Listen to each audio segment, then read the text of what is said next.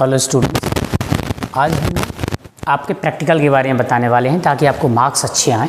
सबसे पहले आपका टाइट्रेशन है, ठीक है ना। टाइट्रेशन में कुछ नहीं करना, N/30 ferrous ammonium sulphate conical flask में लेना है, KMnO4 को गिराते जाना है। जब पिंक कलर आएगा तो हम समझ जाएंगे कि रिएक्शन जो हो गई वो हो चुकी है। आपका रेडॉक्स टाइट्रेशन है आपके में, ठीक है।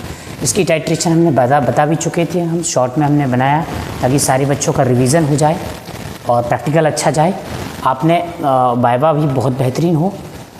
N1/30 किया हमने, V1 10 ml लिया था, KMnO4 N2 और हमने KMnO4 की रीडिंग मान लो 10 आई।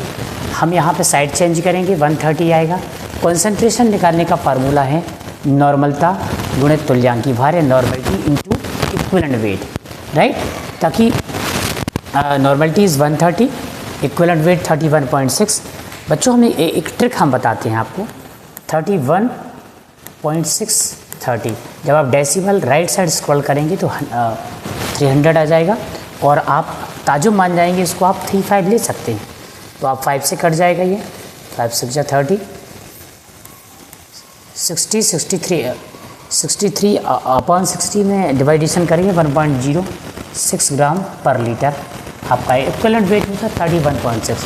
फेरस अमोनियम सल्फेट का इक्विवेलेंट वेट होता है 392, राइट, ये याद रखना।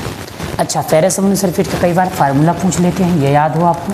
फेरस अमोनियम सल्फेट 6H2O, तो ये आपको बहुत ज़्यादा ज़रूरी है कि ये फार्मूला पता हो, ठीक है। यहाँ पे क्या होता है, Fe2 प्लस Fe3 प्लस में जाता है। अभी क्वेश्चन आता है कि H2 सल्फेट क्यों मिलाते हैं। इसका कारण बुक में दिया गया है कि अपघटन ना हो। भैया अपघटन का मतलब क्या है, भैया ऐसा ना हो कि आयरन ऑक्सीडाइज हो जाए, Fe2 प्लस से Fe3 प्लस में कन्वर्ट हो जाए, है ना। इसका ऑक्सीडेशन केवल KMnO4 के द्वारा हो, पहले ही ऑक्सीडेशन हो जाए, KMnO4 मिले ना और ऑक्सीडेशन हो जाए, तो पिंक कलर में हमको ये रीडिंग फाइंड आउट करनी है।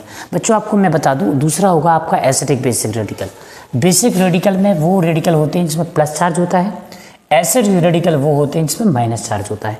जिसको हिंदी में कहूँ अम्लीय मूलक जिसमें धन चार्ज, क्षारीय मूलक जिसमें धन चार्ज और अम्लीय मूलक जिनमें माइनस चार्ज।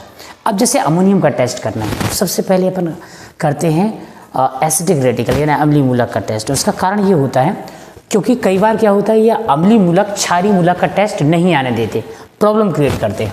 तो जैसे कार्बोनेट का टेस्ट है, H2SO4 डाला आपने, कार्बन डाइऑक्साइड बुदबुदाहट के साथ निकलती है और आप समझ जाते हैं कि कार्बोनेट इसमें प्रेजेंस है।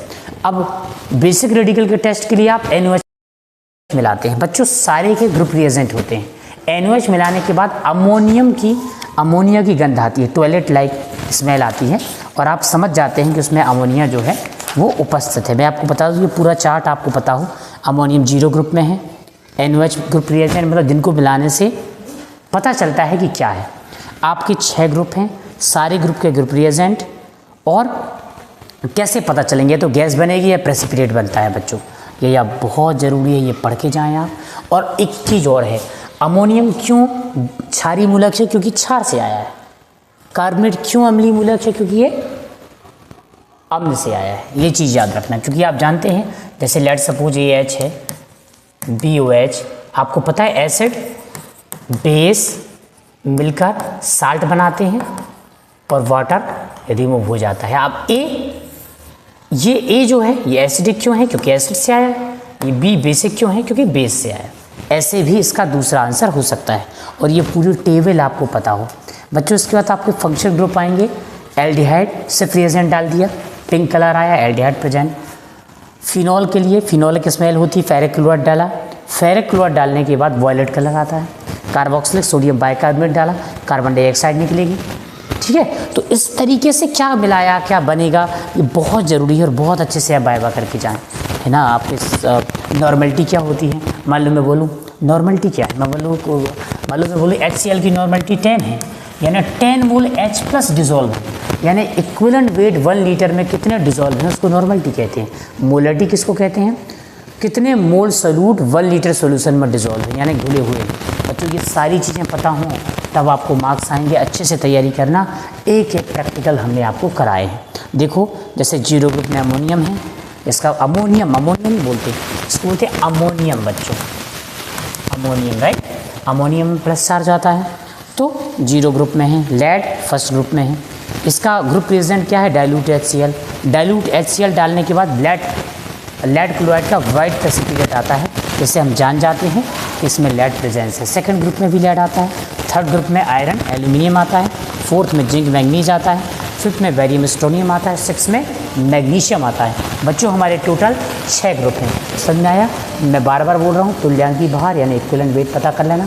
फेरस अमोनियम सल्फेट का 392 है और KMnO4 का 31.6 है। ठीक है बच्चों, ध्यान से पढ़ना, एक एक चीज़ हमने प्रैक्टिकल में कराई है, तो बार बार अच्छे से जाए आपका यही उद्देश्य था मेरा आज वीडियो बनाने का।